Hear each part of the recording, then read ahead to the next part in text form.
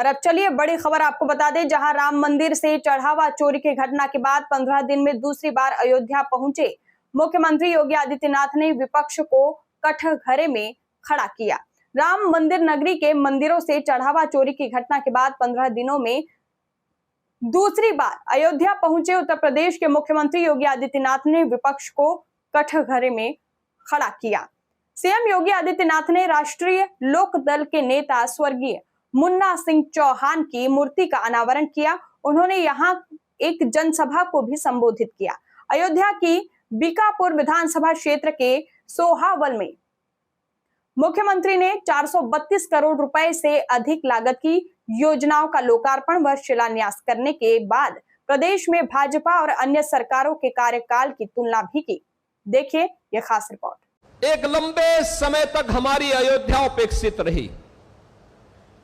न सड़क, न बिजली, न पानी, यानी बगल में मां सरयू बह रही है, लेकिन तब भी अयोध्या उससे वंचित रहती थी। मां सरयू की पवित्र धारा अयोध्या को भी सिंचित करती है, लेकिन अयोध्या आने वाला श्रद्धालु देखता रहता था, वह मां सरयू का आशीर्वाद लेने में विफल हो जाता था। कोई व्यवस्था नहीं थी, गंदगी पहचान बन चुकी थी। और तो और जो ये लोग आस्था की बात करते हैं, याद करो ना, इन्होंने तो हमारी पवित्र हनुमानगढ़ी में इन्होंने तो वहां नमाज भी पढ़वाने का काम किया था। आप सोचो, कल्पना करिए, क्या कोई जामा मस्जिद में कभी हनुमान चालीसा का पाठ कर पाएगा? क्या सरकारें करवा पाएंगी? क्या समाजवादी पार्टी और कांग्रेस करवा पाएगी? अगर नहीं करा पाएगी तो ये पाप क्यों करवाया गया था? अयोध्या में हनुमानगढ़ी की सीढ़ियों पर नमाज पढ़वाने का पाप क्यों करवाया गया था? कौन करवा रहा था ये?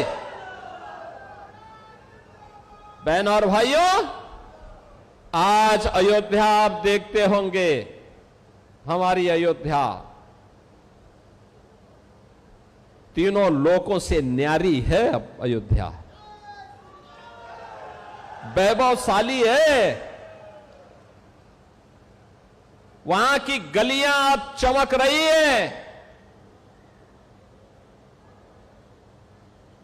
लाइट रहती है, और देश की चुनिंदा उन सिटी में से एक जो सोलर सिटी हो, प्रधानमंत्री मोदी जी का विजन।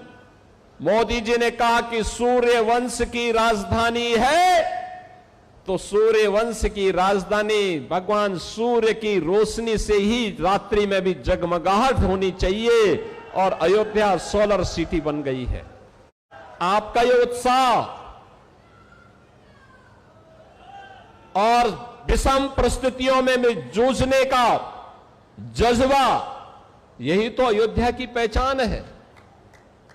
और इसी जज्बे के बल पर स्वर्गीय मुन्ना सिंह चौहान ने राजनीति की एक ऊंचाई प्राप्त की थी। संघर्ष के बल पर वे आगे बढ़े थे। एक सामान्य परिवार में पैदा होने के बाद भी उन्होंने विकास के कार्यक्रमों के साथ अपने आप को जोड़ करके उत्तर प्रदेश के विकास के लिए, उत्तर प्रदेश की शिक्षाई विभाग की योजनाओं को आगे बढ़ाने के लिए, उनके सफल क्रियान्वयन के लिए, किसानों के उन्नयन के लिए अपना पूरा जीवन समर्पित किया। आज बहनों और भाइयों, वे हमारे बीच में नहीं, लेकिन अपनी एक विरासत डॉक्टर अमित सिंह चौहान के नाम पर हम सबको यहां पर सौंपे हैं, और जो बीकापुर के विकास के लिए निरंतर प्रयास कर रहे हैं। अपने पिता के सपनों को साकार करने के लिए डबल इंजन की भारतीय जनता पार्टी की सरकार के विजन को जमीनी धरातल पर उतारने के लिए अपनी पूज्य माता के सानिध्य में वे निरंतर प्रयास कर रहे हैं, निरंतर कार्य कर रहे हैं, और इसीलिए तो यहां की हर समस्या हमारे सामने आती है, उसका समाधान होता है और उस समाधान के माध्यम से हम उसको आगे बढ़ाते हैं। पिछली बार उन्होंने मुझसे यहां पर नगर पंचायत खिरोनी सुचितागंज, एक ग्राम पंचायत से नगर पंचायत उन्होंने बनवाई थी। बहन और भाइयों, उन्होंने अभी मांग की है कि इसका नामकरण मां ज्वाला जी के नाम पर हो जाए, तो मैं कहता हूं कि इसके नाम पे मां ज्वाला माई के नाम पर ही होगा।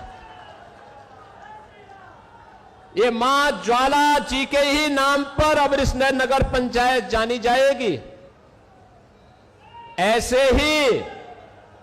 ही पिछले दिनों आपने देखा होगा, ये समाजवादी पार्टी के नमूनों का क्या होता है, भदरसा का चेयरमैन कैसे वहां पर गुस्ताखी कर रहा था। यही असली चरित्र है इन लोगों का। अब भदरसा नहीं होगा, अब वो भरतनगर भरत कुंड होगा।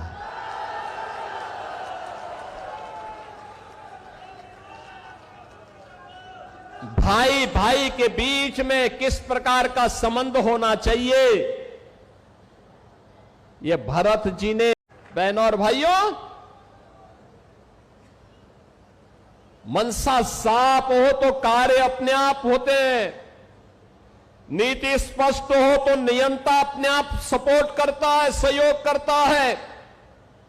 आज वह अयोध्या में दिखाई देता है। प्रभु श्री राम की कृपा और पवन सुत हनुमान जी की भी असीम आशीर्वाद जब प्राप्त होता है तो अयोध्या के सारे काम अपने आप ही आगे बढ़ते हुए दिखाई देते हैं। कोई सोचता था अयोध्या में इंटरनेशनल एयरपोर्ट बन पाएगा? इस समाजवादी पार्टी के लोग विरोध करते थे, एयरपोर्ट के नाम पे गुमराह करते थे। आज महर्षि वाल्मीकि के नाम पर इंटरनेशनल एयरपोर्ट अयोध्या के साथ और देश के सभी प्रमुख शहरों के साथ अयोध्या का एयरपोर्ट जोड़ चुका है। सभी शहरों के साथ अयोध्या जुड़ चुकी है। आज जो अयोध्या का विरोध समाजवादी पार्टी और कांग्रेस के लोग कर रहे हैं, वे इसलिए विरोध कर रहे हैं, वे नहीं कर पाए थे, इसलिए बुरा लग रहा है कि महर्षि वाल्मीकि के नाम पर क्यों हो गया। उनको यही बुरा लग रहा है। अयोध्या में रेन बसेरा निषाद राज के नाम पर हो गए, निषाद राज गुहा के नाम पर। उनको यही बुरा लगता है कि निषाद राज के नाम पे वे नहीं कर पाए। अरे हमने तो निषाद राज के नाम पर रेन बसेरा यहां किए ही है। हमने श्रृंगवेरपुर में भगवान राम और निषाद राज के आपसी मिलन की भव्य प्रतिमा और स्मारक बना करके रखा हुआ है। जाके देखो तो कभी श्रृंगवेरपुर में, जिसको तुम कब्जा करवा रहे थे, वक्फ के नाम पर कब्जा करवा रहे थे, उस श्रृंगवेरपुर को डबल इंजन की भारतीय जनता पार्टी की सरकार ने आज सुंदरीकरण की नई मुहिम तक, नई ऊंचाई तक पहुंचाया है। बहनों और भाइयों, सबरी माता के नाम पर भोजनालय अयोध्या में। समरसता तो यह है जो डबल इंजन सरकार ने किया है, बिना भेदभाव के अयोध्या में भी दिखाई देता है।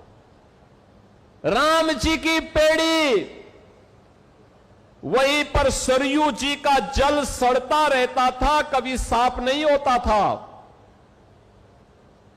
आज एक ओर से धारा आती है, दूसरी तरफ से निकल जाती है। ठीक वैसे ही जैसे हरिद्वार में हरि जी की पेड़ी है, ऐसे ही अयोध्या में राम जी की पेड़ी भी दिखाई देती है।